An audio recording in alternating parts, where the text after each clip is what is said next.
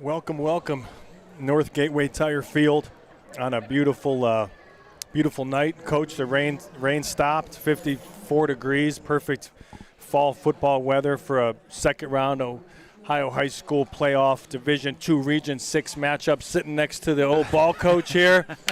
Let's do it. Hey man, it's playoff time. What's better than that? So. And like you said, like the way the weather was this morning and this afternoon, you're kind of wondering what this is going to look like. But my goodness, it couldn't be a better night. So excited to kick off the second season here. Well, you're exactly right. When we were outside at lunchtime today, it was not ideal, but right now it's perfect fall Ohio football weather. And you know, when you look at Division II, we'll talk more about this as the night goes on. But when you look at what Ohio has in Division II, it's second to none, and there's a lot of good matchups tonight. And the biggest one for us right now is we got Brecksville Broadview Heights made the 25-minute trip down south here to Granger Township after they took care of Oregon Clay. Oregon made the 2-hour ride to Mill Road in Brecksville last week and got handed a 34-14 loss by the Bees. Right. Yeah, and that was you know, a good game, a well-played game by Brecksville, and, you know, got to watch that. And it'll be an interesting night. You know, one of the things that I was surprised about, you talk about 25-minute ride south. I mean, this is the first time these two schools have ever played each other in football. It's 0-0. Whoa, I didn't know that. And so this is, you know, an interesting night with no history whatsoever against a program that's really right up the street. Wow. So, when you sit next to the ball coach, you're gonna learn. You're gonna get learned up on some stuff. Okay, I'm just hearing that for the first time. But what I did know is Brecksville's led by Jason Black, coach in his second stint as head coach at Brecksville. They're 7-4, 4-3 in the Suburban League National division. They had a good year, good senior laden team. I do know that Brecksville is led by a superintendent in his third year over there, a big right-handed pitcher from Akron and the University of Akron by the name of Jeff Harrison. So he does a good job over there. Yeah, Jeff's good people too. You introduced me to Jeff. He's a good guy, a good family, and I think he might be enjoying this game right now too. He's probably listening to the live stream right now. So we're happy to host Brecksville. You know, great city, great people, great school district, and as far as Highland goes, though, we had an interesting week last week, of which you had a front row part in it as a coach, but a bye week. Yeah, you don't run into that in high school football very often, and you know, there was a lot of talk like, how do you handle it? Do you give the guys a couple days off? You know, what do you want the week to look like? And you know, Coach Gibbons kind of he just decided, you know what, we're going to have as normal of a week as we can, a little bit lighter, obviously, especially early in the week. Did some self-scout stuff, worked on some things that he and the rest of the staff felt like they needed to work on. And then just started kind of preparing for either of these teams that would get a win last Friday. And just, you know, it's a little interesting. And then by the middle of this week, you know, then it was like everybody's itching to see a different color jersey. So, you know, practice was intense this week, but boys had a good week, and I think we're ready to roll tonight. Well, it should be a fun one. When you look at Brecksville, they got some seniors. Nate Henniger runs the offense as the quarterback. Peter Shermonte is a big here, let's look at the Hornets coming out onto the field here with the American flag.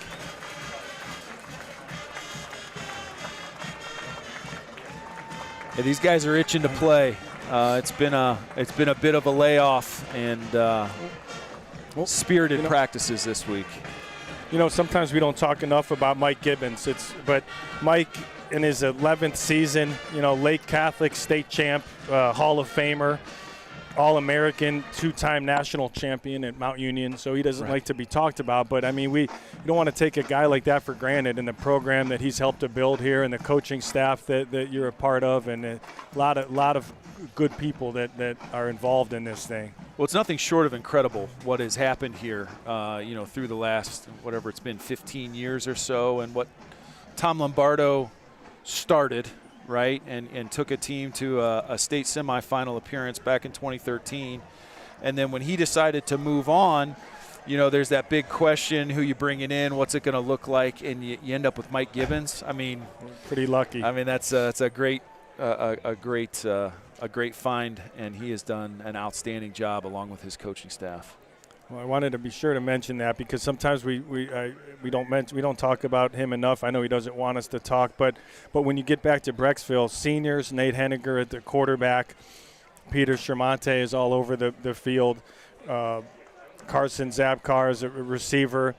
Brecksville is missing one of their running backs tonight. We understand Jacob Peterovich. We're bummed about that for the young man, but they do have a lot of seniors on the team. They're a predominantly a running team. You know, they like to win the trench battle, the hat war, as you call it.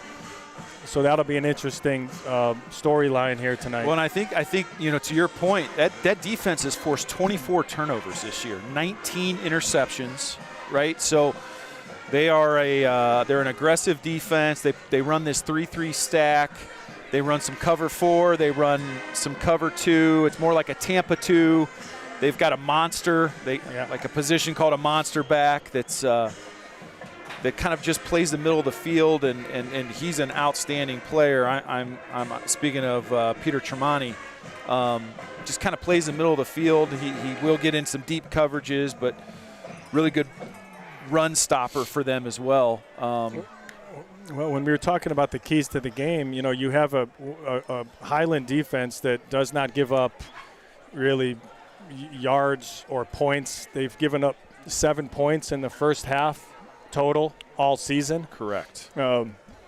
They very difficult to run on this defense. So that'll be something that we want to keep a close eye on. Yes. But then when you look at Highland, Jay, on the year, we talked about their defense, but they're led by Casey Melzer. Everything is the running back, right? I mean, he's in his 4th season and having a heck of a senior year. Yeah, Casey, 110 carries, 958 yards. That's 8.7 per carry, 19 touchdowns. And to your point, when you're talking about the defense only giving up 7 points in the first halves all season, well, Casey's basically only played the first half of football games all season. Yep. You know, most players of his caliber would probably have more than twice as many. I mean, 110 carries on the season, right? So, you know, most guys would be in the 250s, you know, after 10 games. And what makes Highland difficult as we're getting ready for the kickoff here is it's not just the Melzer show. You have Grady Gibb having really a truly unreal season in his senior year. You have Lucas Girding, and the list goes on of Evan Faust, of playmakers that they have. But I didn't see, did Highland won the toss and deferred to the second half. So Brecksville will receive the opening kick, and we are getting ready to start the 2025 OHSA playoffs for the Highland Hornets. As Kauza's kick is deep and going to be caught right at the goal line. It's brought over the right side. Nice return there. Good return by number Max 4. Ritter. Max Ritter with a nice return out to about the 25-yard line. It's a good start for Brecksville.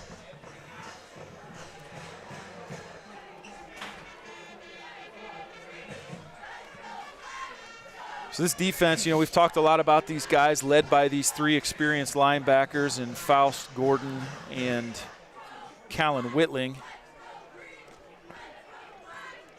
2 really athletic defensive ends in Dan Miller and Lucas Grillis. Peter Schermonte's back, gets the ball, runs right up the gut for a really good first play. Yeah. That's 9.5-yard gain. Yes, just getting downhill quick. Right off that right side of his offensive line. Yeah, there was no fancy stuff there, Coach. They went right up the gut to start this thing. And we're going to mention Peter Schermonte's name many times tonight, but that's a ball player there. Yeah, he's a big part of what they do on both sides of the ball. Is they're gonna motion to an empty set with 4 receivers left. Got to look for a quick screen here as they're going to try and press it up in there.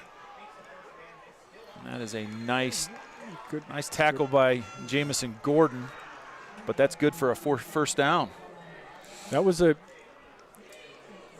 unique play there with quads left with the screen pass there, some blocks, and if Jamison Gordon doesn't get over there, that play could go for more yards than that. But they moved the chains. It's basically a long run play, right? And just flip it out there, and that's anytime you see a 4 receiver set to one side, you got to expect something quick getting into somebody's hands with blockers out front. So they're going to give it to Tremonti again off the right side. This time the Hornets do a nice job stringing it out. He's going to be brought down with about a 1-yard gain. Well, we're going to talk a lot about the hyper-converging, if you will, of that defense. There's multiple hats are typically on the running back, and that was the same thing. Disciplined defense, they cover their lanes, they do their job. Yeah, this defense has been something to see this year, certainly. This is a big athletic offensive line for these Bees, though. This is a good matchup up front tonight. Deep drop. He's going to step up, and he's going to be forced out. He's going to pick up a couple yards, maybe 3. Going to bring up a 3rd and maybe it was just about a yard. 3rd and 8 here. So this is where the Highland defense wants to be. They want these 3rd and longs. They're bringing an extra linebacker in the game as Ryan Haney checks in. We see them do this a lot with these 3 down linemen and 4 linebackers.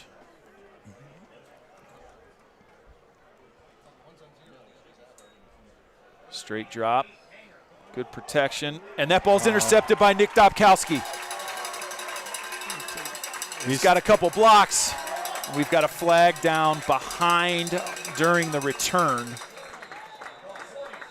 This interception is going to be good, but there is a flag at about the 47-yard line.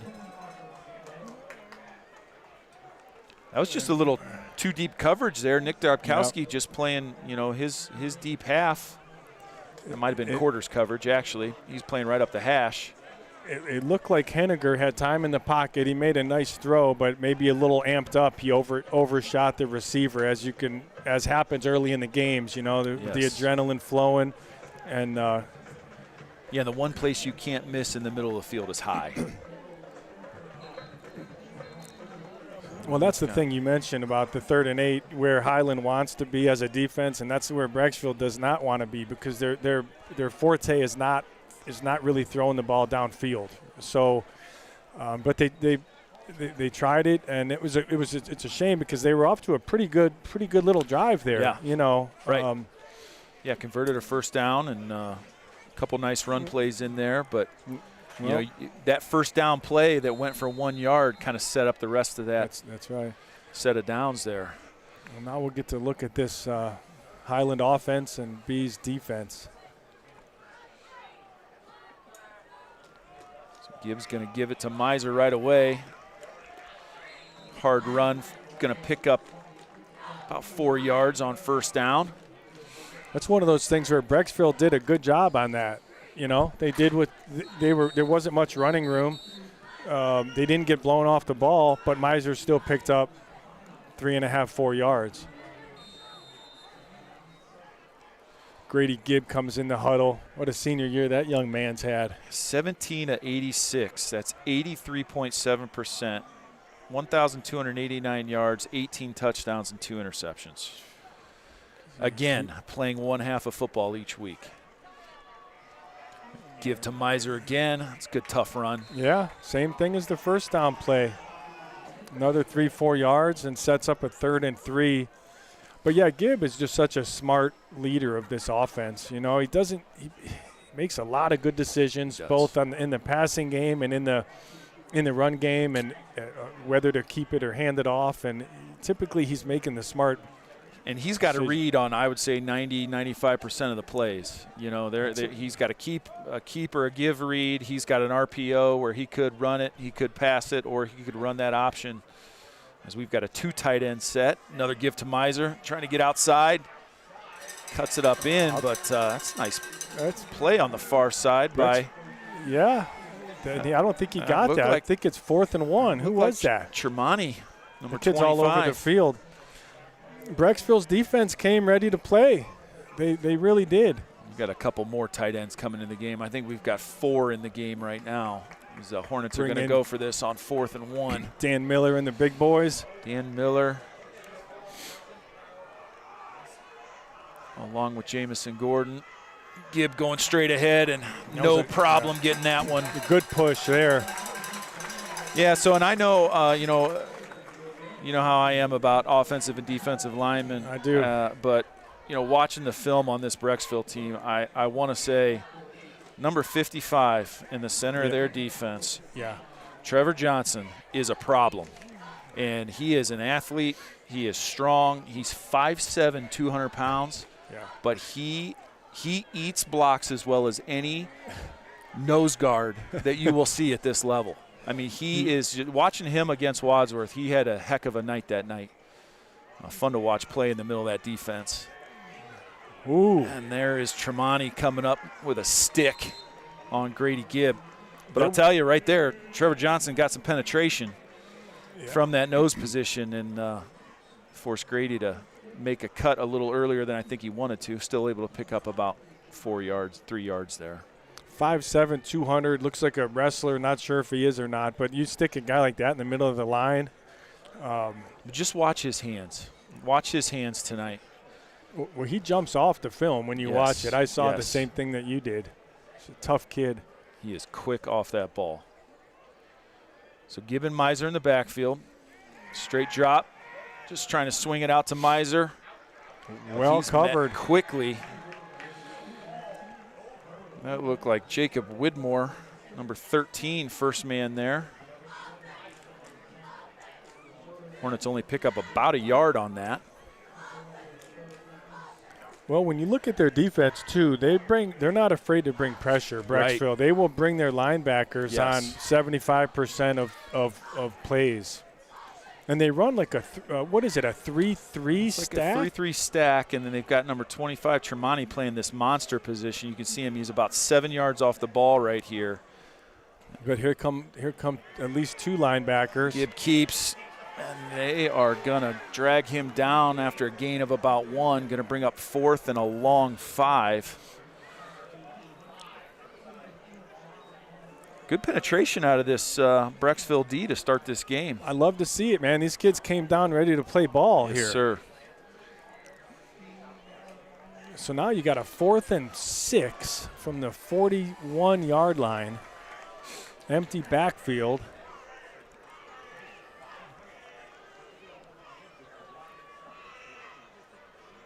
Brecksville showing pressure, bringing a C-gap blitz, but that's picked up nicely. That's Lucas Girding wide open on the sideline. Good ball there by Grady Gibb. Quick read. And that's the thing, when you bring the pressure, there's holes. Yep, that's right. And, Grady did a good job reading that pre-snap, and that quick out's wide open early. I think you nailed it, Coach. 21-yard gain, but Brecksville is saying that they're not going to get beat by the run, right? But that could leave some holes here, and it did there. I don't know if that was a broken coverage. There was nobody around Girding at all. Bringing pressure again. They're going to stack him up quickly again. They're very committed to stopping that running game. 7, 8 guys in the box, sometimes 9, flying up to the ball. But I will say, you know, these 2, 3, 4 yard gains, this offensive line, you know, they start leaning on you a little bit on these sustained drives. Yep. It's hard to do for 4 quarters. Hard for a defense. Yep. Hornets going empty again. The time they brought. Gibb kept it, and that was a good decision. Yeah, it was. Good hard run all the way down inside the 5 yard line. So that time they put Melzer in a slot, brought him on a jet motion, and that was a read play for Grady. He's reading that defensive end to see how he's going to play it. And that defensive end was staying with Melzer. Gibby keeps it, gets his head down. Nice gain there. That had to be 12, 15-yard gain down inside the 5 yard line. Melzer in a pistol. They're going to give it to him straight ahead, and he's in. He was determined. Well, I'll tell you what, you know, when you're having a little bit of problems trying to get east and west, you just call an inside zone, hat on a hat, let's get downhill. That is an outstanding drive out of the Hornets. Yeah, that does bring Casey within 9 points of the Medina County career scoring record. It brings them to about 521 points, I believe. Jonah Kauza. Snap is good from Dan Miller. Hold from Grady Gibb is good, and the kick is good, and that's going to bring him to within 4 points, 4 extra points of the school record, career record, and he is Jonah is only a junior. Well, I'll tell you, you nailed it. That was a really good drive. There was 2 fourth down conversions. One was 4th and 1, and one was 4th and 6. And the Bees played solid defense, really, you know. But Highland was determined. Hey, real quick, we not real quick, but it's important that we continue to mention Amanda Fall and the her State Farm agency.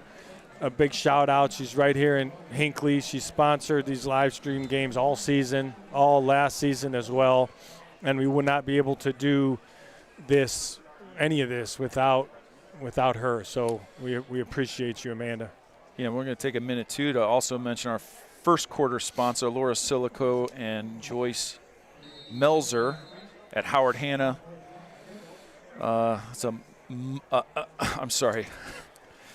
Howard Hanna real estate team, leaders in the Medina County real estate market with over 30 years of combined experience. Big thanks to them for being our first quarter sponsor tonight. Right. Mother-daughter team, very cool. Thank you. Kauza's kick is into the end zone.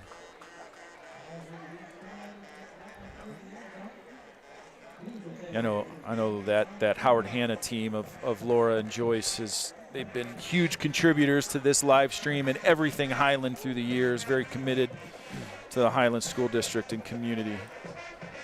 So 3 minutes and 47 seconds left here in the first half. This Bees team going to take their second crack at it offensively. Nate Henniger is going to give it, and the Hornets stack that one up early. I think that was Peter Shermani. Looked like Dan Miller and Jamison Gordon both there early.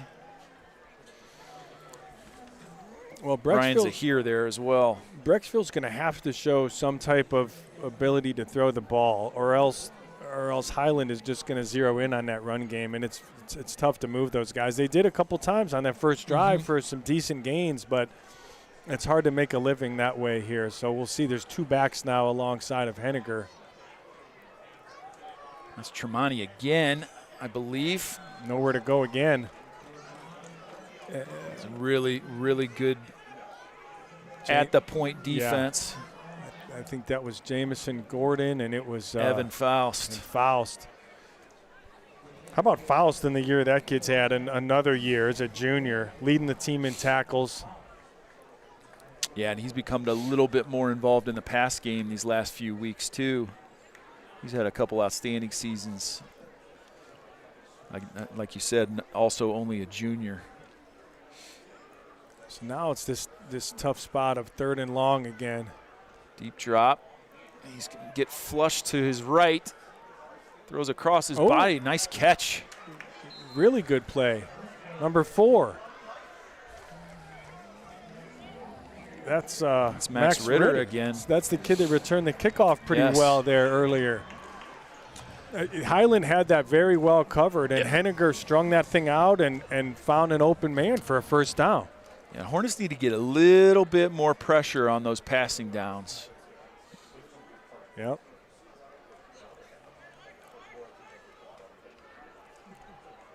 Looks like a 2 tight end set in the game. They're bringing a counter action. Yeah, nowhere to go there. Loss of 1. That was kind of interesting. They brought that tight end across the formation to the left, but Tremonti still tried to run that to the right side, and there's just nowhere to go. I don't know if that was a little miscommunication or.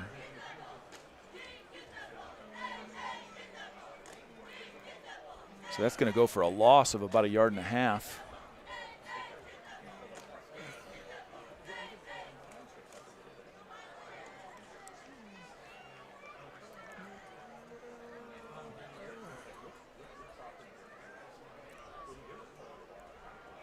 Tremonti in the middle. It's a tough run, but 3 or 4 yards maybe. A nice pick up there to gets it kind of into a little bit more manageable of a 3rd down. It's still 7 yards though. Interesting to see what Coach Meyer does with the defense here. You got a 3rd and 7. Is this a situation you're bringing some pressure, or are you? Right. Last time Henniger had time to throw it, and he overshot the receiver last time on 3rd and about this distance. So let's see what they do here. A couple receivers out left. Look for he's looking for that corner route. That was a nice play there by Nick Dobkowski. Yep. Yeah. It was intended for Ritter again, but he was the inside receiver on that route, and he's just running a corner. And there was a little bit of a hole there, but that ball was in the air a long time, gave Nick an opportunity to get over there and make it a tough catch. So this is Mark Sokolowski here on the punt. And that one's off the side of his foot. Good roll for him, though. Good Brecksville roll down close to still rolling, down to the 30. 22 seconds.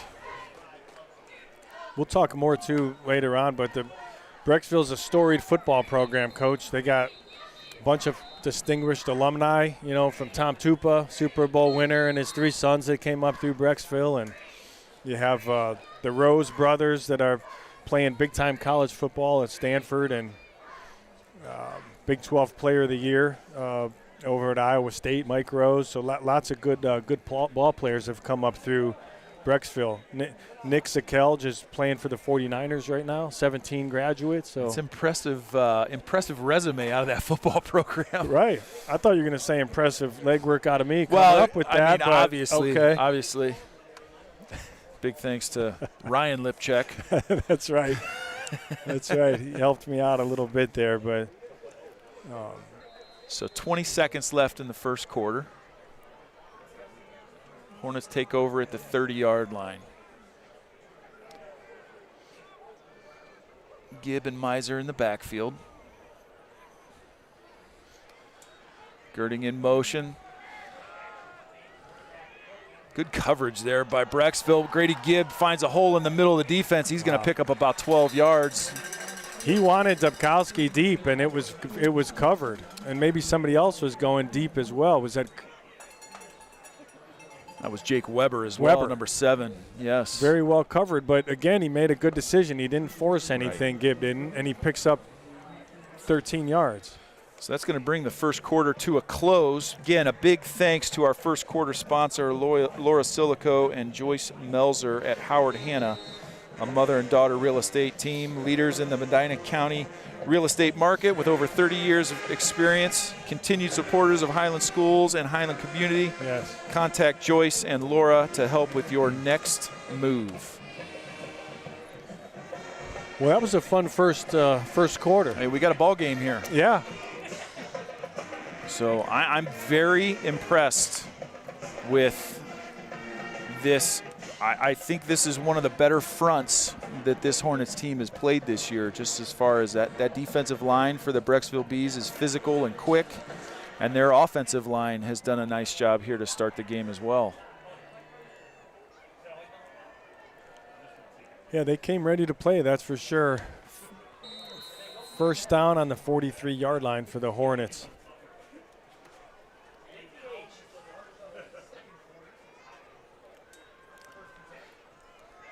Gibb. Oh, I love this play. So that is an RPO. It's a slow developing RPO where they're showing that inside zone, and the outside receiver is like faking a little bit of a stalk block and then just releasing up the field, and there's just a big hole there. Good throw there by Grady Gibb. Pick up a 34 on that play. That was a slick play there, brought down by Brody Larkins. Well, the hard part is keeping your linemen from going downfield and or keeping the referees from seeing your linemen go downfield. So we've got a flag down and an encroachment. Looks like a Brecksville player lined up in the neutral zone. So that's going to be 1st and 5 for the Hornets. Who caught that ball for the Hornets? And that was Nick Dobkowski. Okay.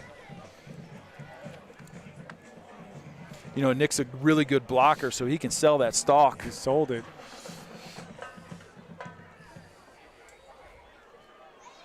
There's a give to Casey Melzer. It's going to be good for a Hornet first down. Looks like Evan Faust lost his helmet, so he's going to have to come out for a play. Jamison Gordon coming in. 2nd down and about 2.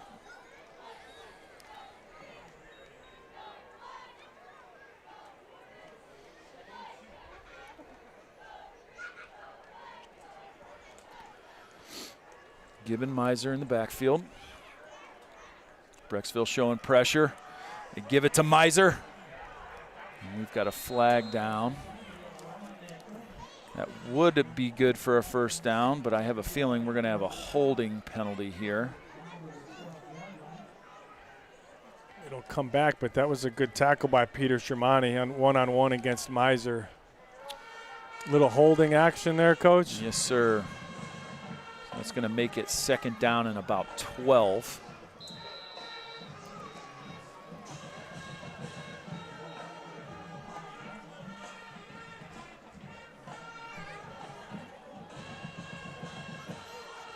Interesting to see. Is they're going to go empty again with Melzer as this slot receiver on the near sideline.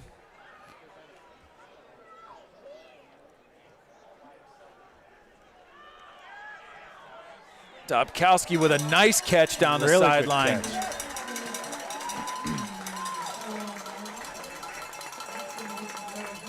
That's just a little fade route, right? Just an outside release, and Gibb just threw it over the corner and under the safety in that little hole in that zone coverage there. Good hands there by Dobkowski. Good hands, good feet, keeping himself in bounds. Nice pickup for a first down. So 1st and 10. Need to get to about the 3-yard line for a first down. That time Faust and Melzer in the backfield. Casey's got a seam, and he's in. Puts him 3 points away from the county record, but more importantly, puts the Hornets up 13-0. Yeah. Well, when you send your backers like that, you're kind of taking a little bit of a gamble there. If you guess right, it could work, but if you don't, it could leave some gaps. I think that is what you just said is so smart, because as an offensive lineman, if I know that you're coming, we're making a check at the line of scrimmage, And we just know we're a hat on a hat at that point. And you are, I'm not trying to get to the second level to get you blocked. I can get you. Yeah. I can get you on an angle right here. And once Melzer has a seam, that extra point is up and good. Well, if you're Brecksville, you have to take those type of chances. Absolutely. But you could run yourself right out of the play. And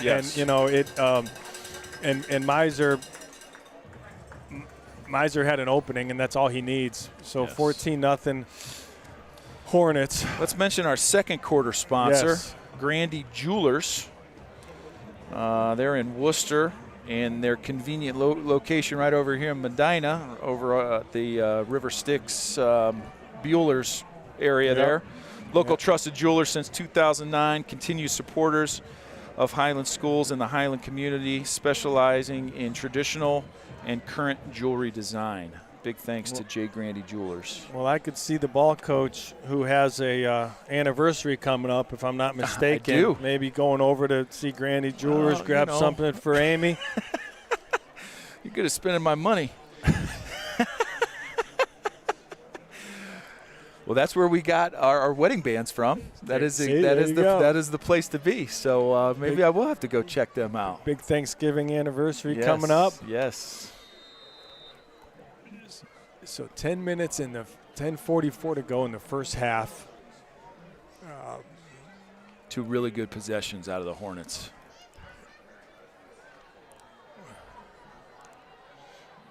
Cow's kick is going to be returnable. Yes, right at about the 1 yard line.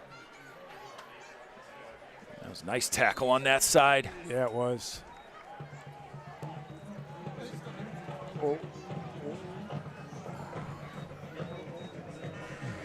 Oh, was that was Callan Whitling, I think. I believe that's correct. Well, if you're Brecksville, you need to move the ball here a little bit. You know the momentum here is not going in their direction. So you need.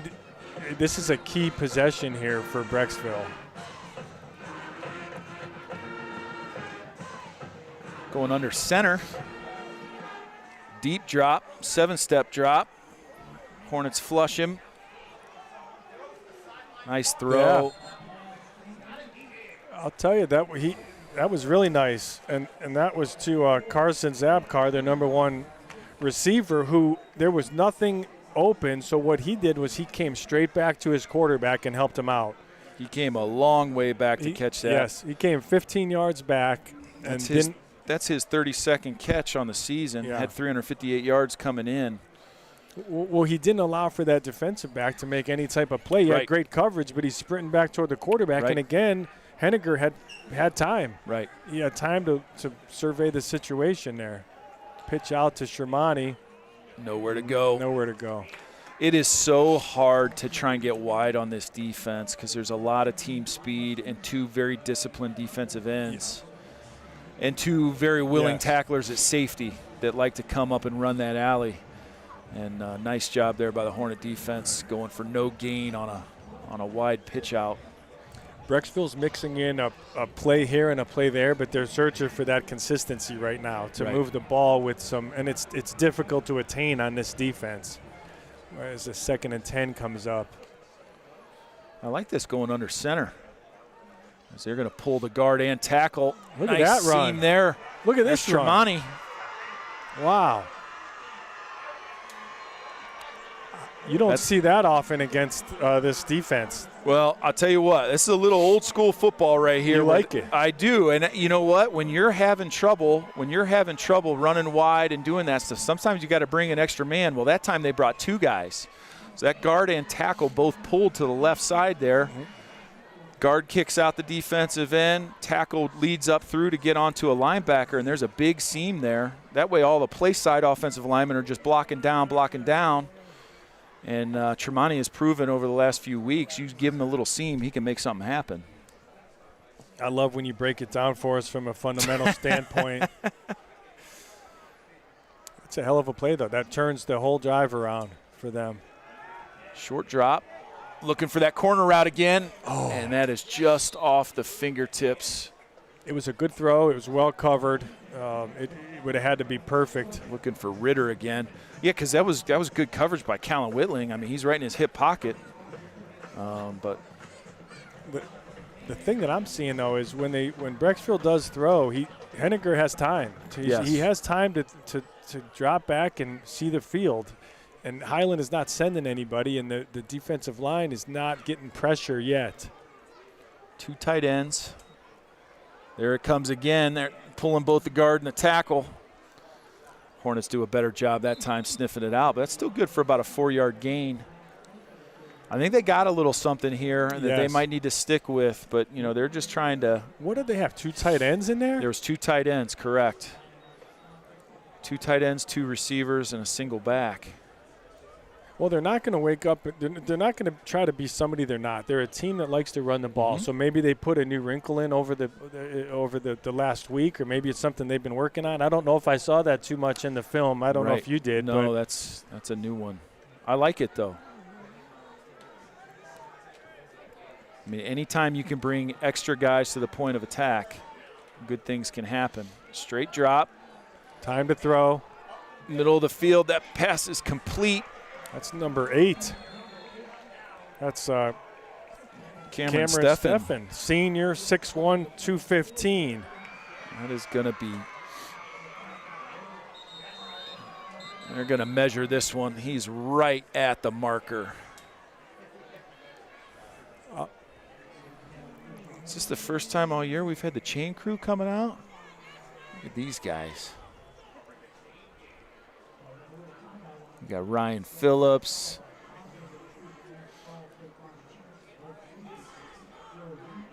Kevin Zywick. Inches short. And he's about 4 inches shy.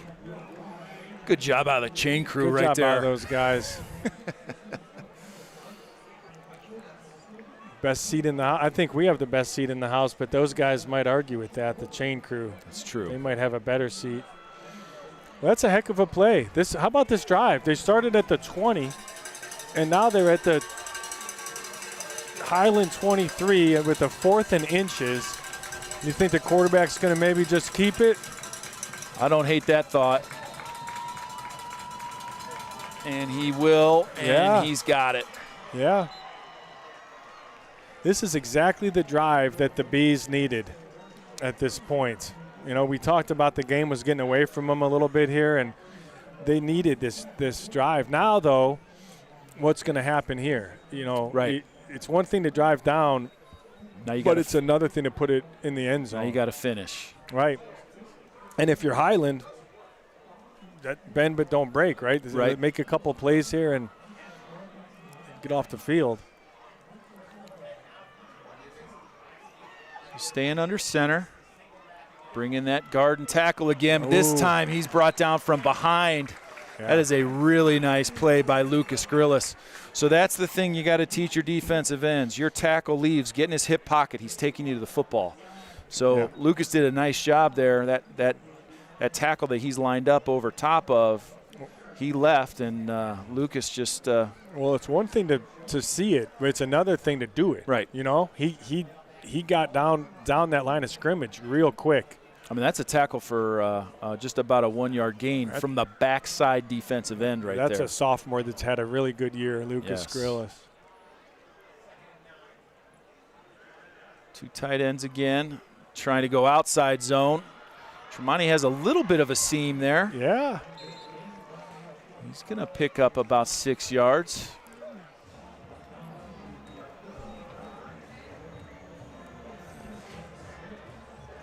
Going to bring up a 3rd and about 3. Big play here for Brecksville.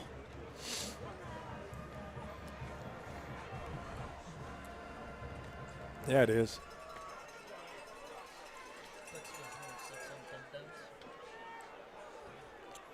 Bees 1 of 6 on 3rd down so far today as there comes that counter, but the Hornets have it stacked up. First man there. Appeared to be Evan Faust. I think Lucas Grillis was there at the same time. Hornets did a nice job adjusting to that counter action. these last couple times. You know, they hit him for the big one early in the drive. But that one's going to go for a loss, bring up a 4th and 4. Offense staying on the field for the Bees. Yeah, an early play of the game here, huh? 4th and 5. Yes.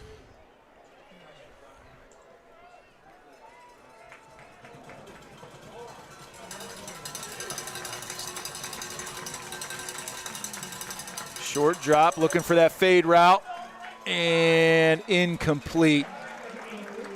Good coverage out there by I think that was Liam Zielinski on that side, I believe. 21, that's right. Nicely done. Well, they tried that corner, that fade out to the corner, throw it to the pylon. It was a good throw. It was. It was just well covered. So 5 minutes, 42 seconds left here in the half. Hornets with an opportunity. You know, this is that classic part of the game where you've got the ball with 5:42 left and you get the ball after halftime. So important possession for both teams here. Yep, you're good call. Gibb and Melzer in the backfield. It's Girding in motion, going to hand it to him on a jet. Good spin move, but he is brought down. Yeah, number 10. Tyler Soder. Sophomore linebacker. Nice play there. Pick up about 4. We'll see Brecksville, while they wanted to finish that drive off, but they accomplished quite a bit there, eating up that time, changing the field, giving their defense a break. They needed that. So let's see what Highland can do here on 2nd and 6. Gibb's going to keep it this time. Another good read there by Grady Gibb. It's going to be out close to a first down, maybe about a yard. No, they're waving the chains. Okay. So 4:53 clock running. If you're Gibb, you sure like to be able to run Melzer around the end, not give it to him, and watch the defense just go. Because you have to do that if you're a defense, right? Yes. And then that opens Gibb up for a lot of those 5, 6, 7-yard runs. Right. Well, Grady's got 512 rushing yards on the season coming into tonight. There's an RPO, going to get it out to Faust in the flat, and that's going to be a pickup of about 12. So again there, Grady's just reading that as he's riding that mesh point. He's reading it, and if nobody's covering that flat, he's got a little gift route out there out of Evan Faust, and you always want to get the ball in Five's hands when you can. Let him make a play. These quarterbacks have so much to think about these days with the run-pass option. That wasn't a thing back in the day for most offenses, right? But almost you're saying 95% is you're reading a lot on him to make those reads. 2 backs in the backfield. Give it to Melzer. Good cutback there. Really nice cutback. He wasn't going to do anything around the outside, and he put his foot in the ground and gained 8. Brought down by Charles Guggenbiller, number 75, after a pickup of about 7. It's a good drive for the Hornets, though, here, coming out deep in their own territory, getting it out to midfield. Now you got a 2nd and 3 here, 3:20 left. Wouldn't be surprised to see them take a shot here sometime soon. They like to do that between the 40s here from time to time. Pressure from the outside. That time it's... Was that Dylan Lazar? That is Dylan Lazar. He's going to pick up a couple, but I think he's going to be about 1.5 yards shy of the first down. Good play by Brecksville. All right, bringing in that heavy package again. So you're going to have Gordon Faust. Coach lights up when they bring the big boys in. Bring the big guys in that. here. Look, we've got a fullback with his hand on the ground named Callan Whitling. How awesome is this? Oh, geez. That's pushing a pile. Let's just do that the rest of the game. That's the play that's come into fame here lately, the old push play there. Yes. Nice job there on pick up the first down. Really good push, middle of the offensive line right there. Yeah. Spencer Marquis. It's not often you see a 5-yard gain on one of those, but that was a really good push. So now we're into Bees territory with 2:14 left in the half. 2 deep safeties here. Show pressure again, deep drop. He's looking for. What a throw. Yeah. I'll tell you. So That's nice. A well-designed play because you've got Girding running this over route, but what you had was Nick Dobkowski on the outside running a deep post, which is probably the first read on that. And Bees did a nice job getting it covered up, but that just leaves so much space on that over route, that drag from the opposite side of the formation. That's a beautiful throw out of Grady Gibb right there. Well, and the offensive line did a really good job because he had no pressure. Yes. 5 seconds he's sitting back there with nobody in his face. Give to Melzer. Nice tackle right there. It's number 10. Number 10 again. Tyler Soder. The sophomore's making some plays. Only pick up about a yard right there. So the Hornets are in no hurry, right? There's minute 36 no time issues yet. All 3 timeouts remaining. So they probably don't even want to go too fast here, right? Yeah, I would agree with that. You'd like to score with about 10 seconds left on the clock if you can.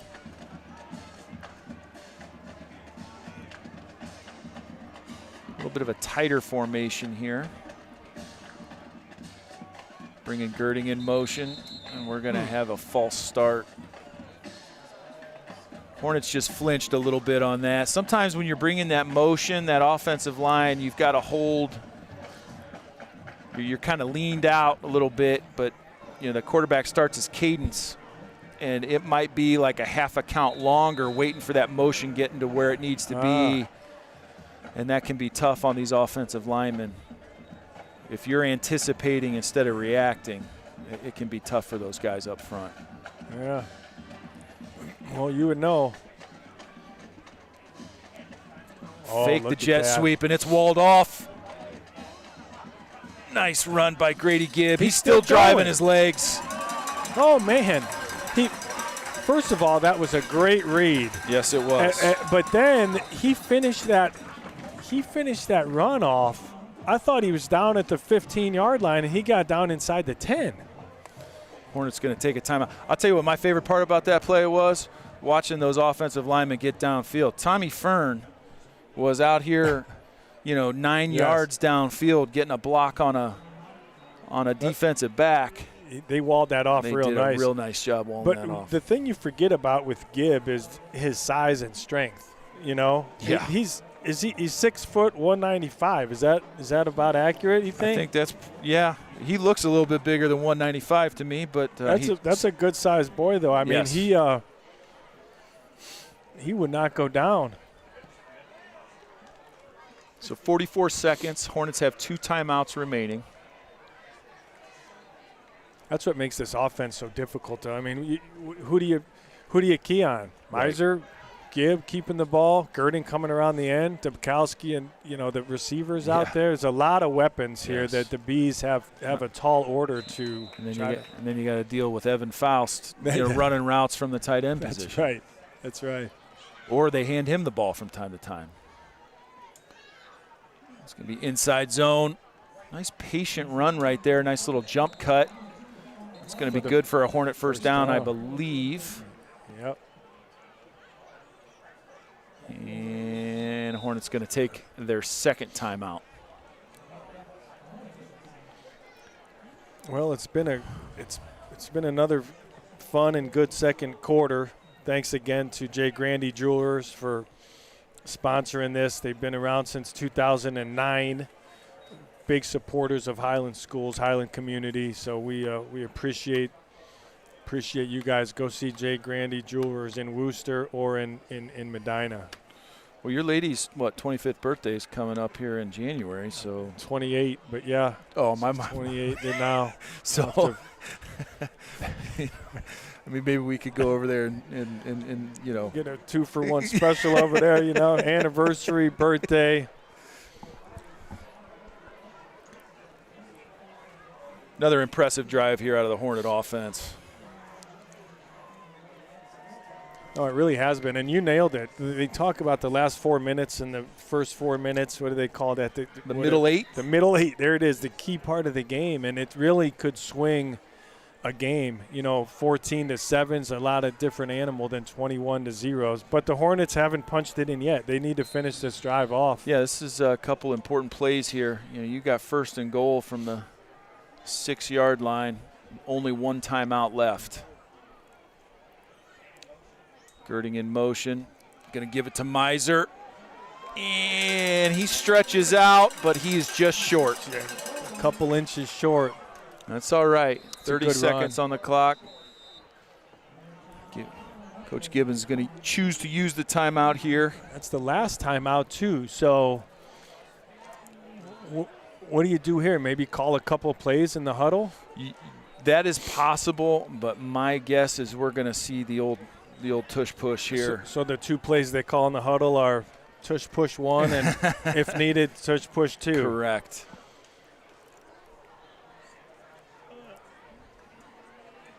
Well, I got to believe you as an old offensive lineman, you would sure like when that play's called in the huddle, right? Just go get it. Just get downhill quick, right? Just go get it. Come off the ball and go.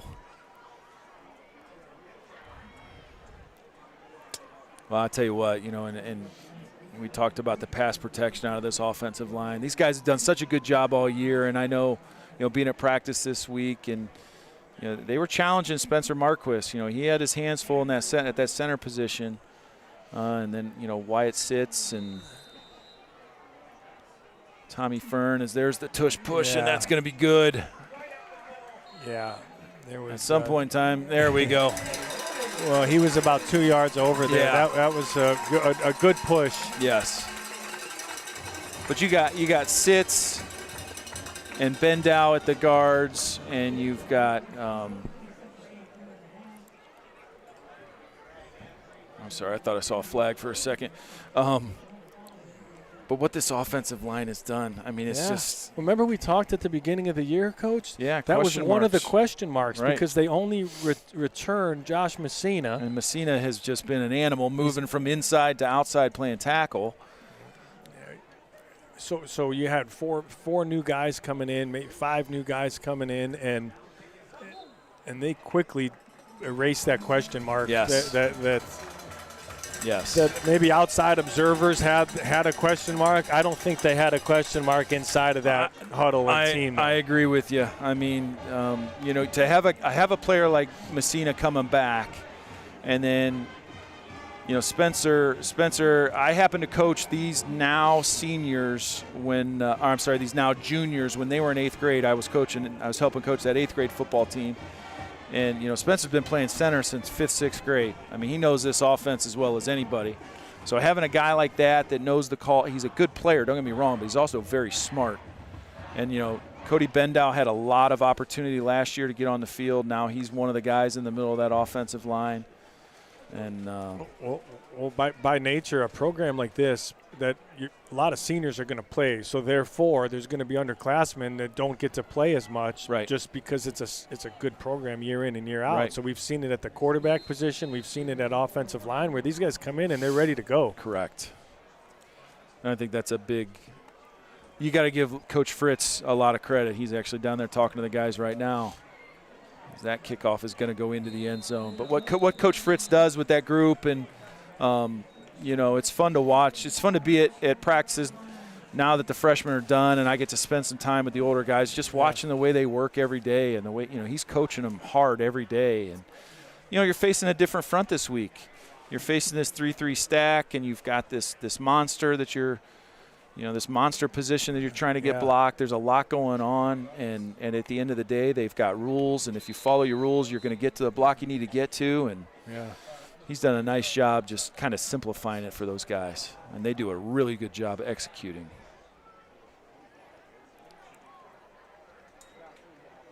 I'm going to pull those guys across there again. Hornets had that sniffed out quick.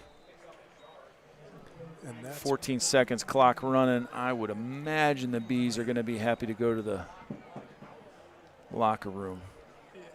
And the Bees came ready to play, and they played hard for the whole half. For sure. They really did. I mean, there's a lot of tough kids on this team, well coached. But another half of football to play, so we'll regroup as we always do. Andrew will run some stats and some numbers for us, and we'll break it down. Yeah, so we'll enjoy these halftime shows. Again, big thanks to our premier sponsor, Amanda Fall, for bringing this tonight. Enjoy the shows, and we will see you after halftime. Amen.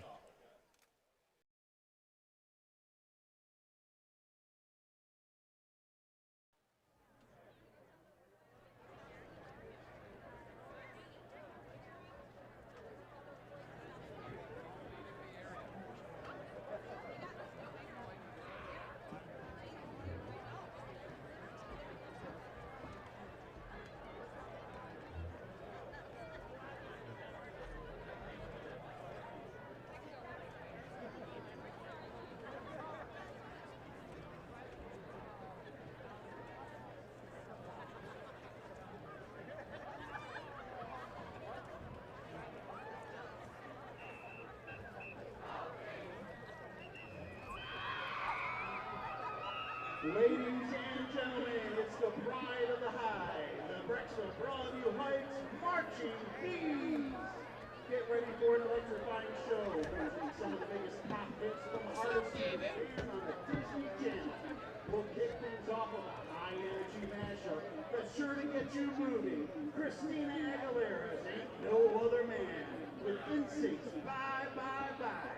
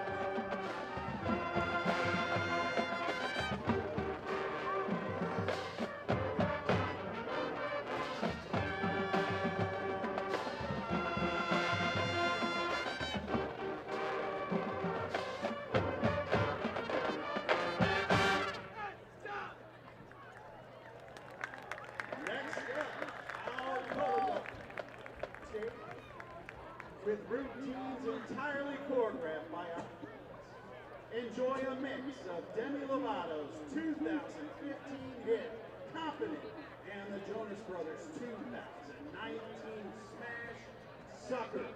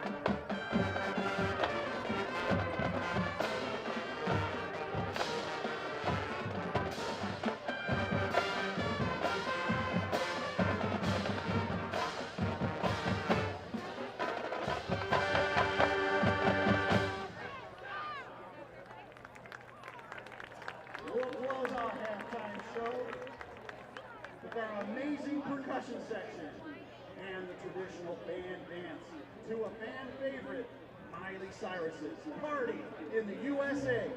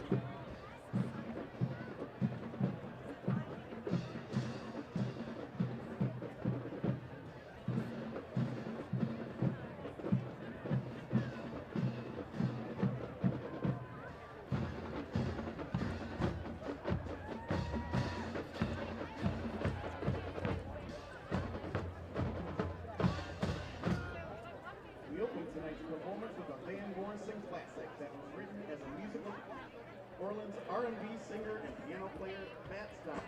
Here is Dominic.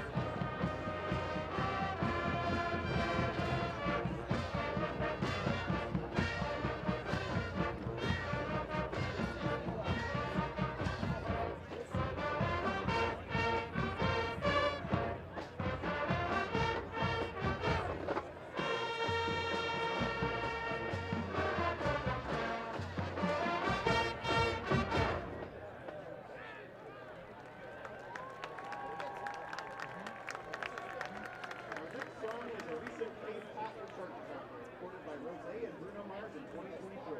Here is their catchy track titled APT.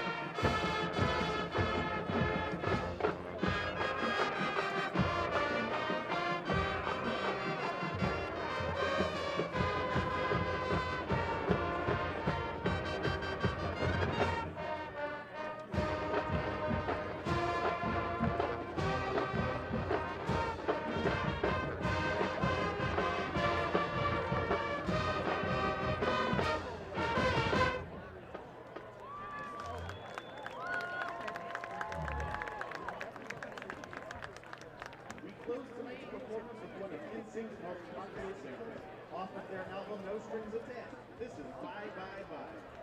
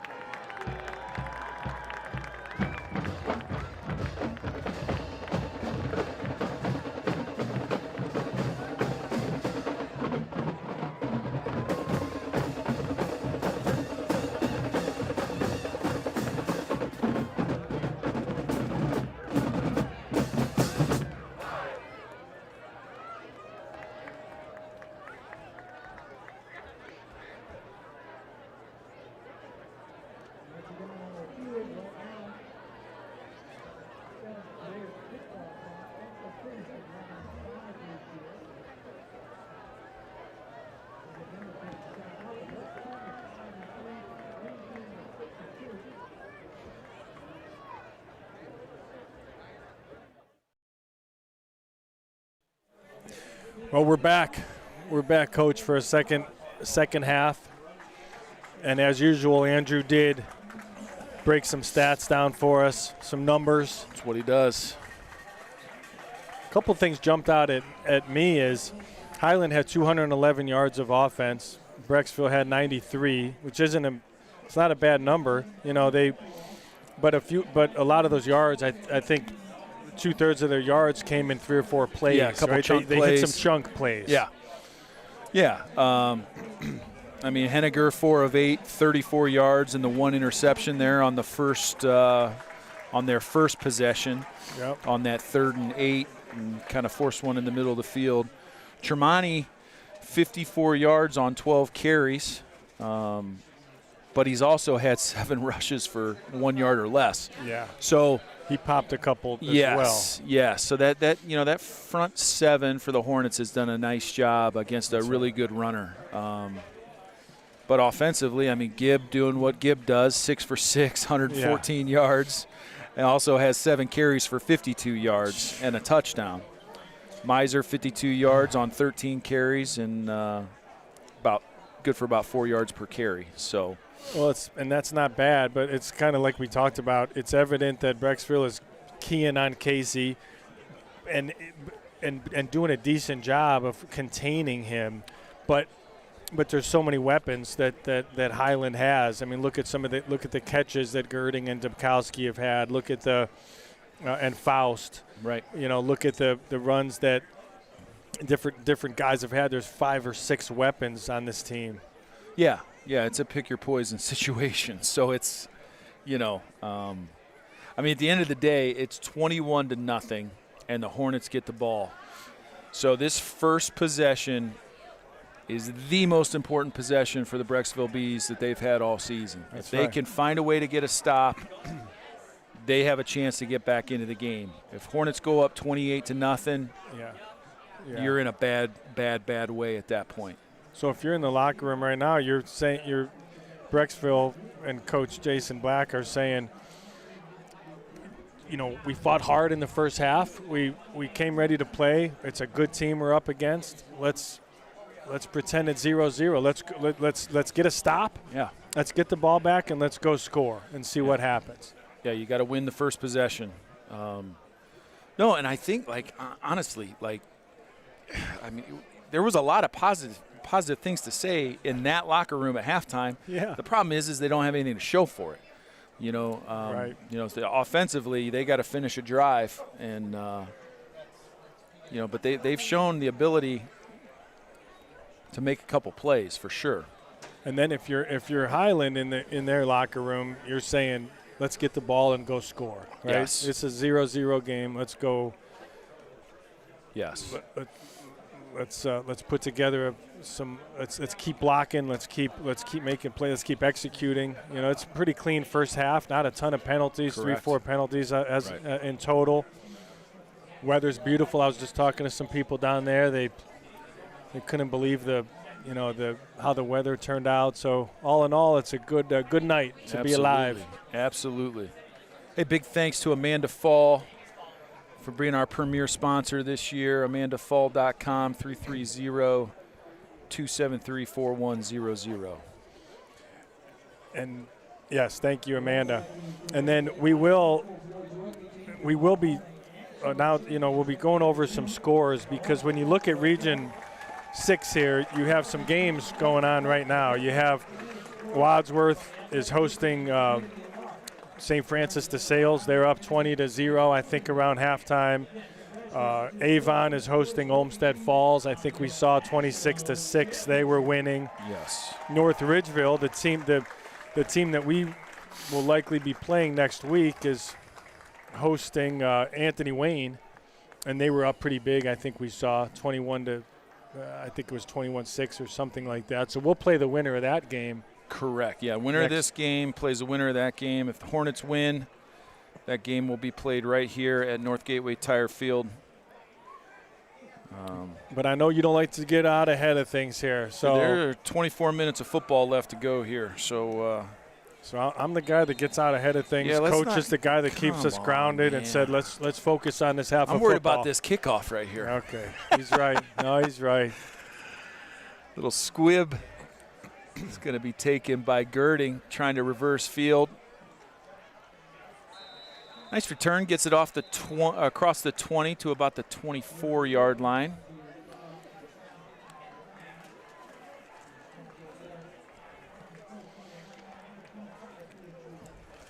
Always interesting to see what kind of adjustments are made on both sides of the ball. You know, what do the Hornets feel like's going well? What are they going to try and get to? And what is Brecksville going to do to keep the Hornets out of the end zone on this first possession?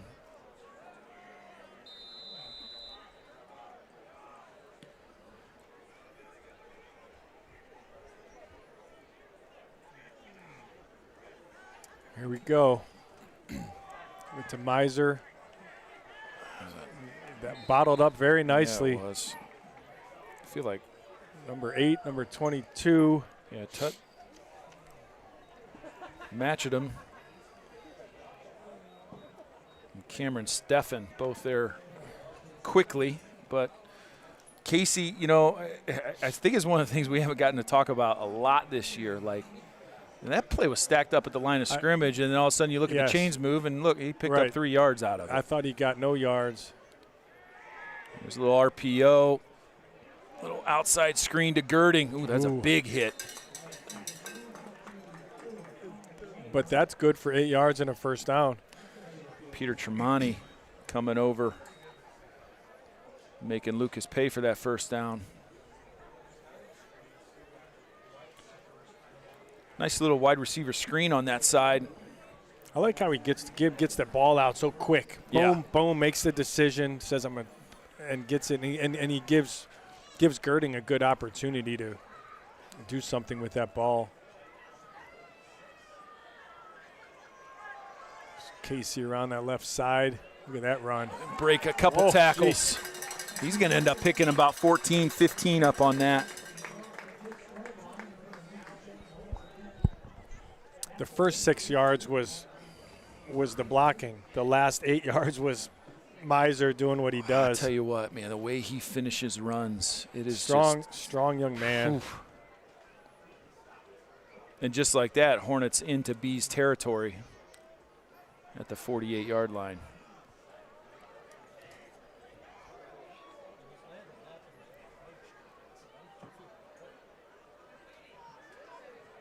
Girding in motion, gonna fake it.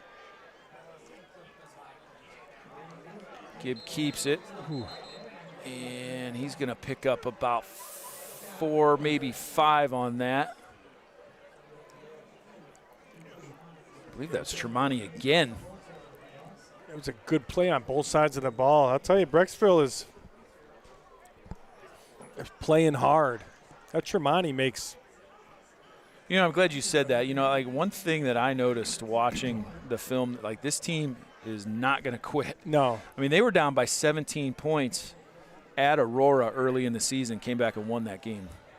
I mean, down by 17 in the third quarter and came back and won that game. So Hornets tried a little play action, and Gibb is brought down. That was big number 75 there. It's Guggenbiller.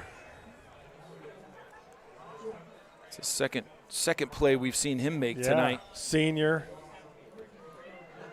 6'2", 220. Looks bigger than that to me. Well, that's the play that Brecksville needed, Coach, right there. Because now you're looking at a 3rd and 8. Things were coming easier up until that point. Right. Hornets in their doubles formation with 2 receivers on either side.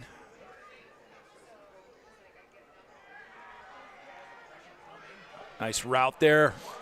That's Jake Weber. Good play.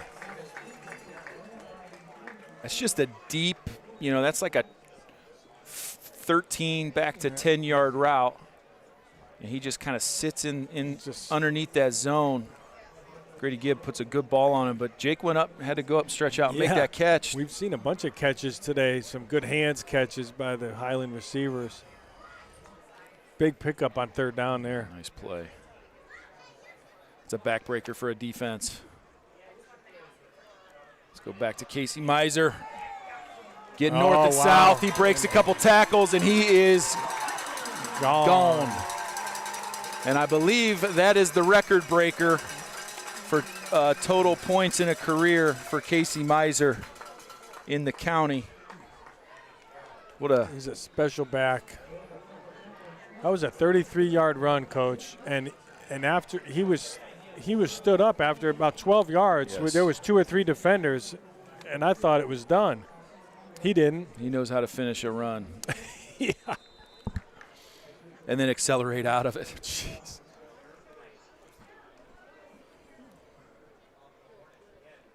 So Kauza in for the extra point. Miller's snap. Gibbs hold, and Kauza's kick is up and good, and I think that puts him 1 away from the school record at this point. Now might be a good time to talk about our third quarter sponsor. Don't let slippery stairs catch you off guard this winter. Reach out to Forever Fence and Rail for a secure handrail today. 330-321-5522. Their showroom is right there on Ridge Road, south of the Sharon Circle. Year-round fence insulation. They got a live auction, enclosed 200 feet of any area you choose with fencing.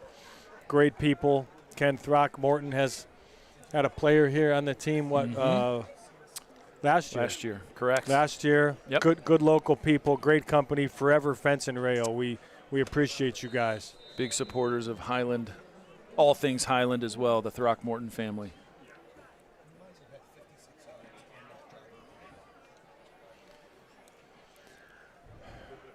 Kauza's kick into the end zone. And, Coach, I want to circle back real quick to something you said on the first drive, and I'm paraphrasing, but it's this Highland offensive line could really wear on you. And it's one thing to stop Melzer on a few times, but they're gonna beat you up, and he just had 56 yards on that drive alone. Right. Is that kind of what you were warning us against? Yeah, I mean, you got these guys coming at you. You might be able to do it for a quarter. You might be able to do it for a quarter and a half. It's hard to do it for 4 quarters. And and it's not just the offensive line, like we were talking about, Casey finishing those runs too, right? So, you feel like you got him for a 2-yard gain, and it turns into a 7-yard gain. Here's a sprint out. Throws across his body. That ball's intercepted. Yes, it was. Was that Jamison That's Gordon? J-Mo Gordon. Dropped back into coverage and picked it off. That was one where Henniger just tried to force it a little bit. He's rolling out. He's trying to make a play. I get it. They're down some points, and he just forced that one when it wasn't there. Right. Well, one of the things I love that this Hornet defense does is on those sprint outs, right? Like if you're in a 2-deep or a 3-deep coverage, the second that quarterback is moving one direction, that 3-deep coverage gets more narrow and more narrow because you don't have to worry about him throwing it back to the opposite hash. Yep. So you get a lot of green jerseys on one side of the field. Next thing you know, linebacker underneath a pass to make a play there.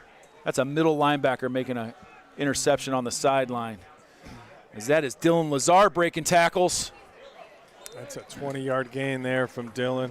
23, 24 yard. That's good stuff out of Dylan Lazar. Well, we've talked about this all year, but that's a luxury to be able to bring in a Dylan Lazar. He's been instrumental this year for us. He's been huge. I was talking with a couple of the coaches this week, and in our conference, Dylan Lazar would be a 1,000-yard rusher, right, at any other school in our conference. Right. And but what a great teammate, and what he brings to this team in these spots is huge. Well, he's fast, he's quick, and he's strong. Yes. I mean, he's amazed me this year. And he needs very little room. Yeah, that's right. He squirts through and makes big plays. He's going to take it again. There he is. Dylan Lazar in the end zone.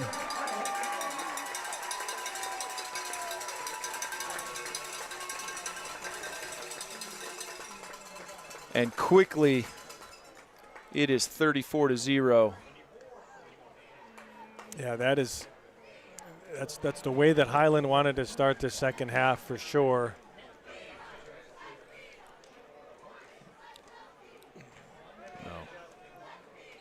Yeah, we're seeing this offensive line starting to open things up a little bit more than they did there the first 12 minutes.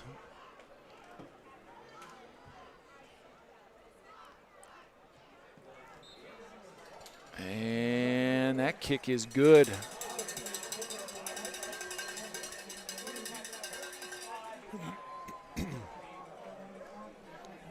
So that officially breaks the career extra point record here at Highland High School for Jonah Kauza with his 112th extra point in his career, and he's got another. And he has a year to go. Got another season to go. Jeez. And like we've talked about before, there's 3 guys out here that can kick extra points, and he hasn't kicked by any stretch all the extra Correct. points. I mean, there's 2 other guys that have come in and. Yeah, you got Kuzma and Kwiatkowski they've all taken their fair share of extra point attempts this season.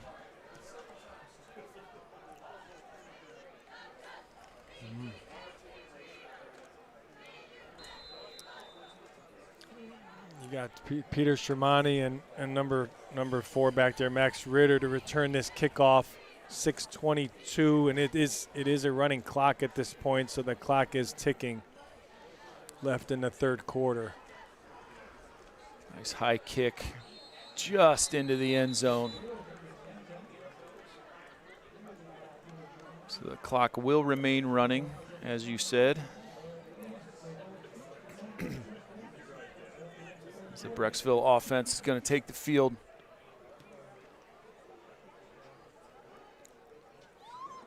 Looks like the Hornets still sticking with their first teamers. Now you're getting into a situation where, I would imagine these guys are going to play a couple or 3 more series tonight. They need to get into full game shape. As that ball's given.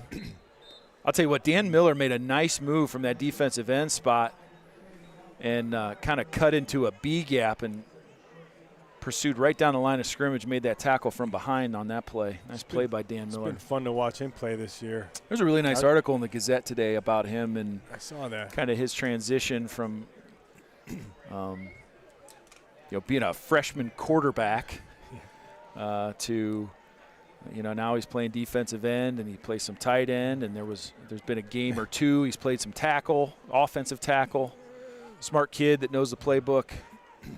Henniger drops back. And he's going to be brought down from behind.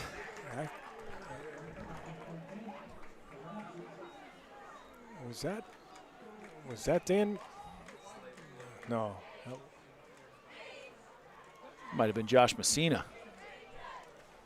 I think that was. That's exactly who that was.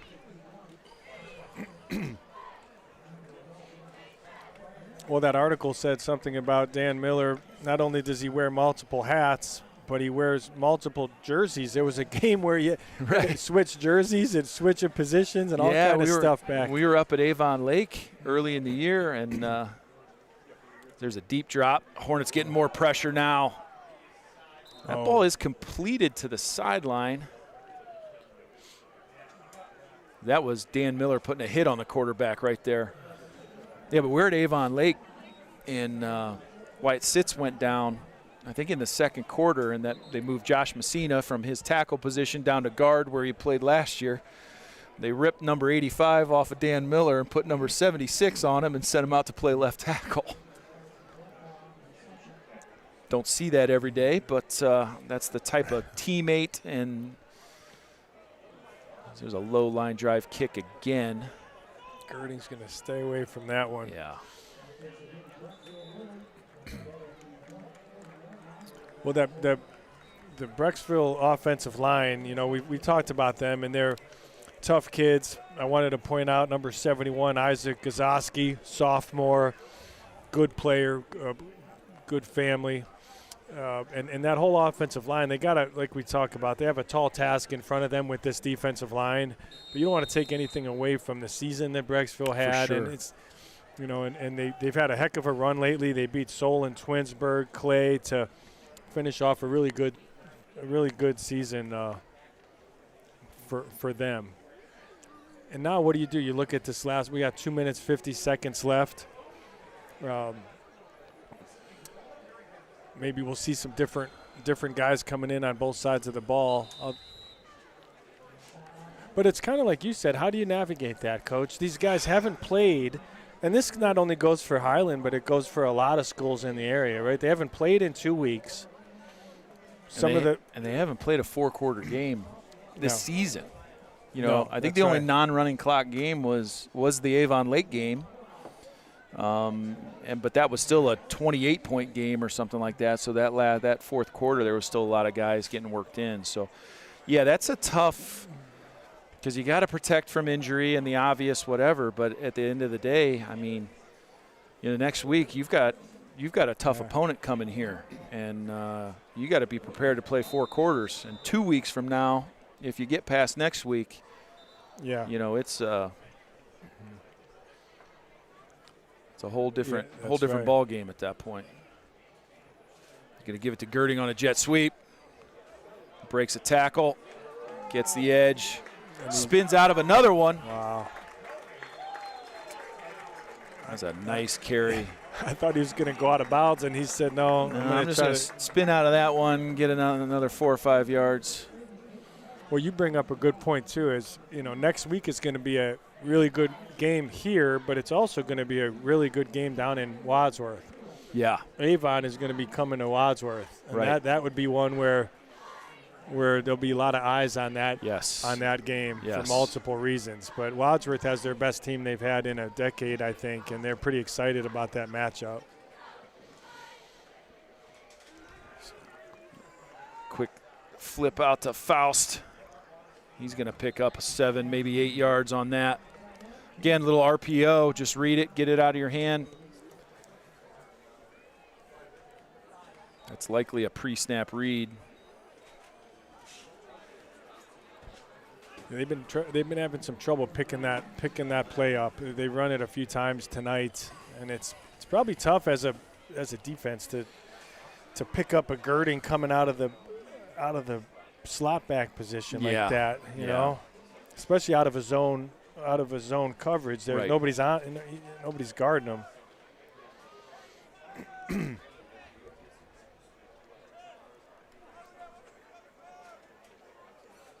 Looks like Coach Gibbons is going to use a timeout here.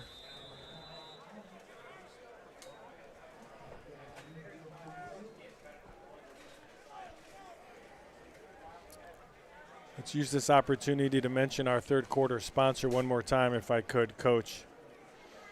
The Forever Fence and Rail. Pass it every day, taking my youngest to school, and good people, friendly staff. We'll call the next business day to set up the appointment, so it's quick. If you need a fence railing, it's right in our local community. Good supporters of the program and help to make things like this happen for us. So we really appreciate you, Forever Fence and Rail.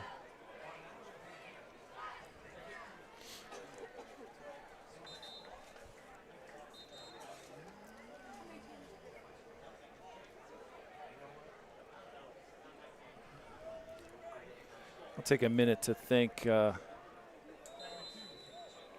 New quarterback in. Okay, starting to make some changes. Yeah, maybe a whole new offense, actually. It looks like it. To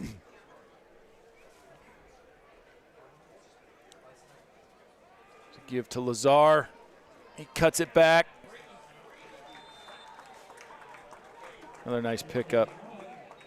Thanks to the Fairlawn Chick-fil-A, they were the pregame meal for these Hornet football players tonight. Again, another big supporter of all things Highland, and my little friend Michelle Phillips wanted me to mention that. I know she'd be, Well, these pregame meals that Michelle and the whole, Yes. you know, everybody involved in that does is big. And when you had Chick-fil-A closed all summer, there was a lot of upset people, you know. So it's good to see them back open, ready to roll. Yes. So that's going to send us to the fourth quarter.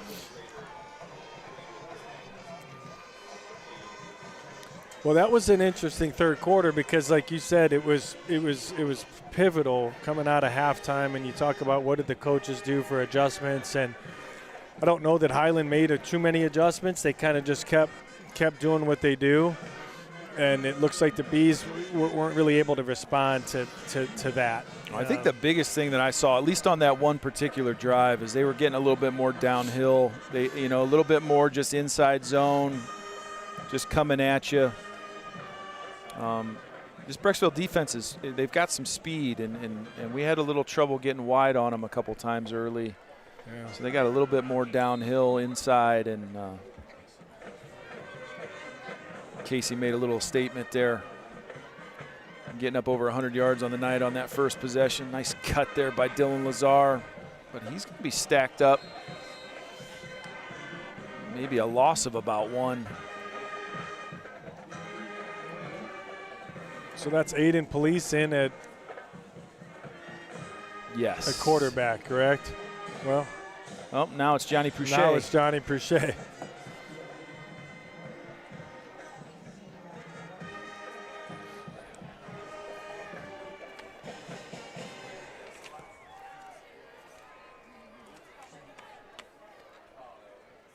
little bit of a high snap. That time Pouchet is going to keep it. And he is brought down from behind. That's number 21. Yeah. It's Christopher Soder, the sophomore.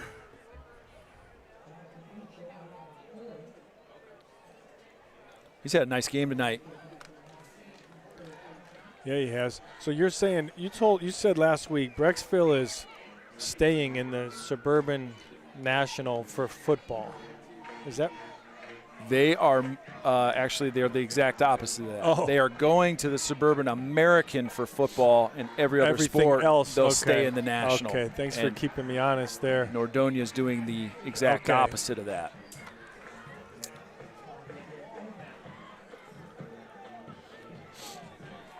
We're going to attempt a field goal here as Pouchet picked up a couple on that carry. Going to bring Kauza in for what will be a 36-yard attempt.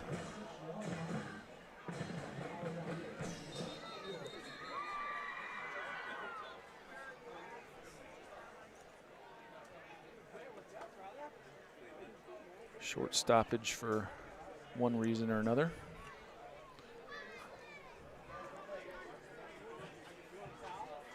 This is all about the operation. Good live rep here.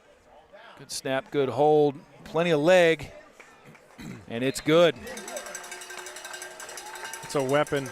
Kid's a weapon. I'll tell you what, it's nice to get him, you know, get him some reps. They did last week as well. Yes. They had a similar situation there. Had a 36-yard field goal maybe last week as well as this week.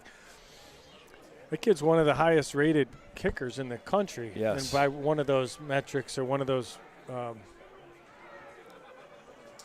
He's taking it very, very seriously, and he's really turned himself into an elite kicker.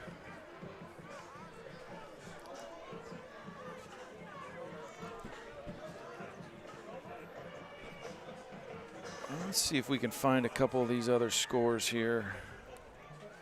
Yeah, good idea.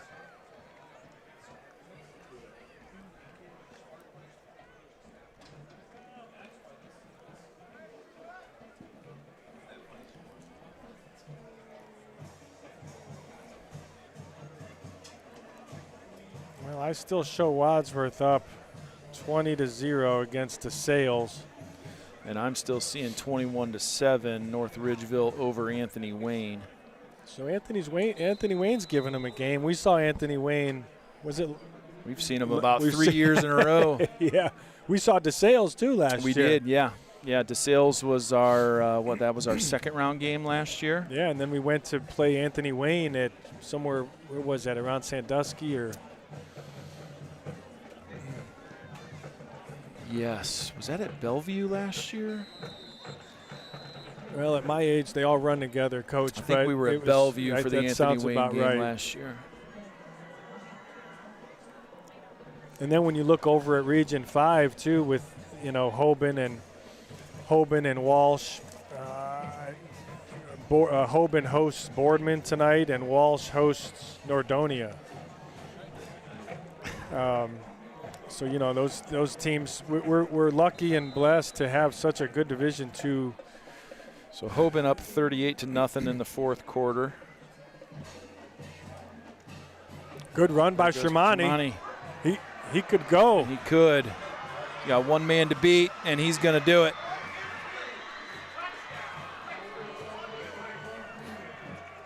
So 80-yard touchdown run.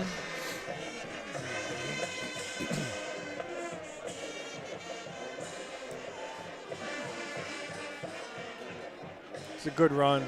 Good.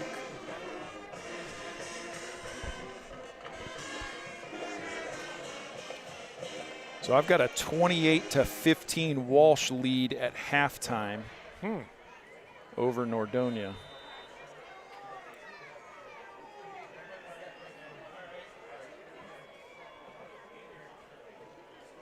Avon up 32-6 at halftime. On paper, none of these games are supposed to be close, but as you know, you got to play the game and see how they unfold. But a lot of those teams you're talking about were big favorites to win. So when you see Walsh only up 28-15, you're thinking, okay, that's a ball game there. Or even North Ridgeville only up 21-7. Right. But when you get to this round of the playoffs, these teams belong here. Yes, yeah. This is not, especially this year when they cut out, some of the 13 through 16 seeds. When you get to this round, these teams are all they've earned 7, 8, 9 victories this year, and correct. they've earned their seed here. Right. When I know when we played St. Francis de Sales last year, I know that score got a little bit out of hand towards the end of the game, but that team had some athletes on it and some size as well, if I recall. And they were. I was impressed with especially their skill positions. They had some really good athletes, and a lot of those guys were underclassmen last year. And they play a tough schedule, too, out there. They play some good teams out that direction. I remember we were kind of surprised when Highland jumped up 21-0 like that so quick against them, maybe even 28-0. Right.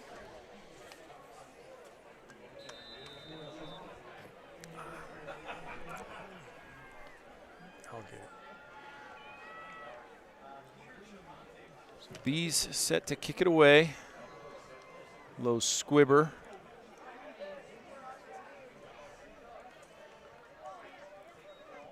Nice return. That was Casey Miser on the return. Hey, Casey Miser, Student of the Month. How about that? Multi-sport, and not just an athlete. Yes. He's a student. Yes. Andrew, put that up again. Let's talk about this, our fourth quarter sponsor from the Gibb Gelatka family in memory of Grady Gibb's grandfather, William Gelatka. A lifelong sports fan. There was nothing more he loved than watching the live stream these last few years when distance or illness kept him from attending the games. His grandkids and daughters were his biggest accomplishment. He loved watching his grandson, Grady Gibb, and the team be so successful this season, and he told everybody about it. The Gibb and Gelatka family are so thankful for the live stream for our home games and the tremendous quality and care given with it. We can't thank the production crew and Brian and the team enough, and Coach Jay and Brandon for the commentary. Thanks. I shouldn't have read that, but thank you for that. The Highland Athletic Boosters and Susie Marquis for organizing it each week, and the generous sponsorship of Amanda Falls State Farm to make it all possible. So William loved his family. He loved football. He loved watching the games. And this fourth quarter is is for you, William. We appreciate it. Yeah, and what a it's a rough week for Grady and his family, and I mean, I'm sure he couldn't be more proud watching the way Grady handled it tonight and the way he came out and played.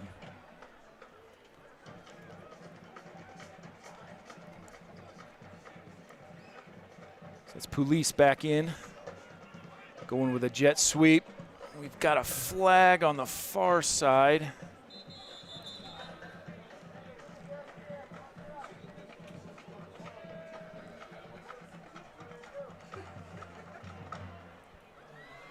I think that was Lazar coming in motion on that carry.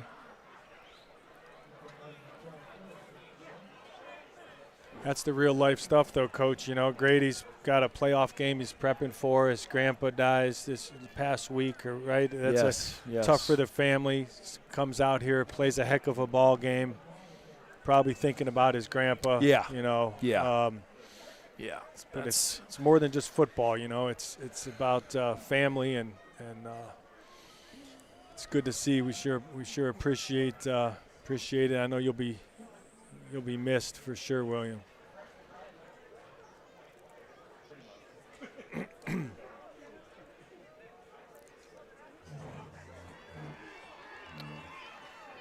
So 3rd down and 7.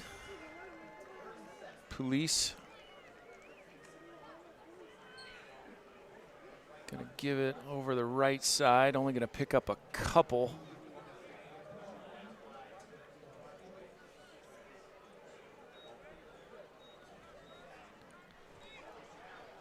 Look at that, Frankie Ianagi on the carry that time. 4 minutes and counting here in the 4th quarter. It's going to be a 4th and 5.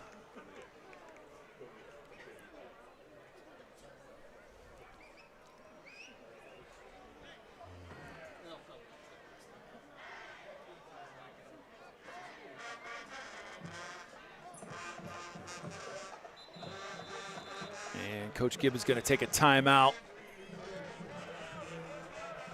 Punt team coming out. I'll tell you, Coach, if it is North Ridgeville coming here, I think we're safe to talk about next week now just a little bit. But if it is them, they're winning, I think, 21-7 right now. They've had a heck of a year.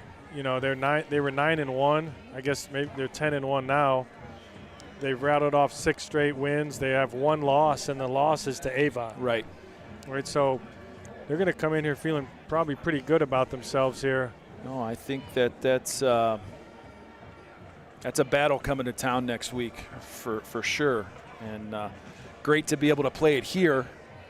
And we'll be bringing that one to everybody again next week. And that's a new wrinkle this year.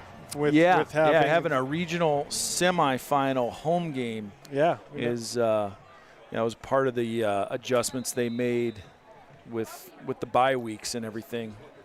Well, and that's like we were talking about that matchup next week with Avon coming to Wadsworth. Right. And that'll be a good game for Wadsworth to be able to host rather than going to a neutral site. So Landon Kuzma in punt formation. Good snap. He gets it away. Nice high kick. And that ball is going to be down by Dan Miller at about the 27-yard line where the Bees will take over.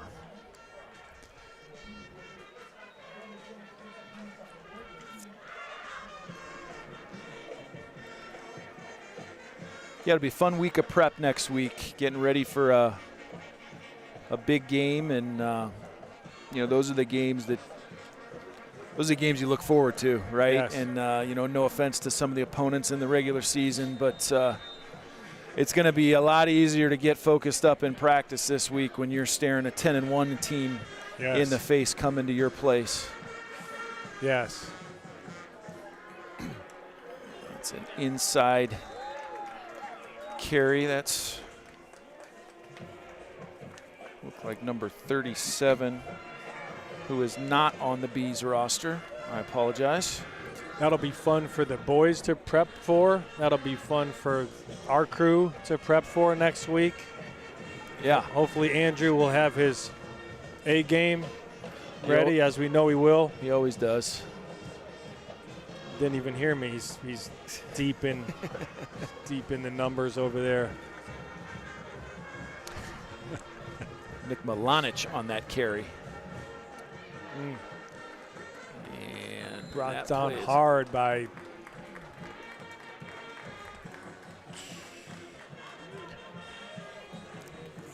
was that number 46?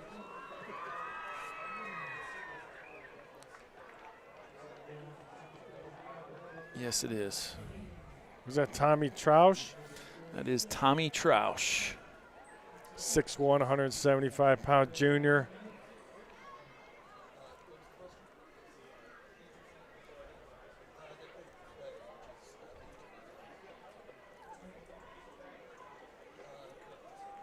Give inside. He's met real quick. Like Ryan Haney, number 18, Yes. first man there. That was Haney. Nice play in the backfield. 5'10", 180-pound junior, Ryan Haney. Another good one coming next year for these Hornet out of this linebacker group.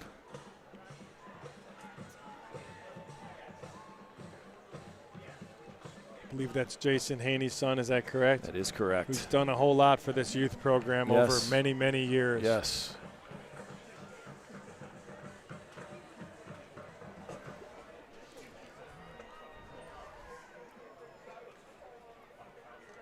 It's given inside.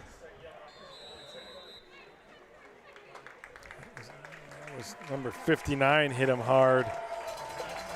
Ethan McCarthy. And the clock strikes 0. So 38-7 is your final. These Hornets season continues for at least one more week. Impressive showing tonight, Yes. you know, against a quality opponent. It had a really good game plan lined up and very well executed. And once again, this #1 defense has, you know, given up 7 points on the season. Another shutout for those guys.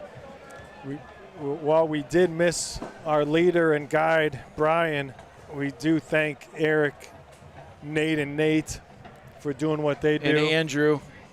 And he never puts his name up. He but never puts his name up. we also missed Bree tonight. I should throw that That's out. true.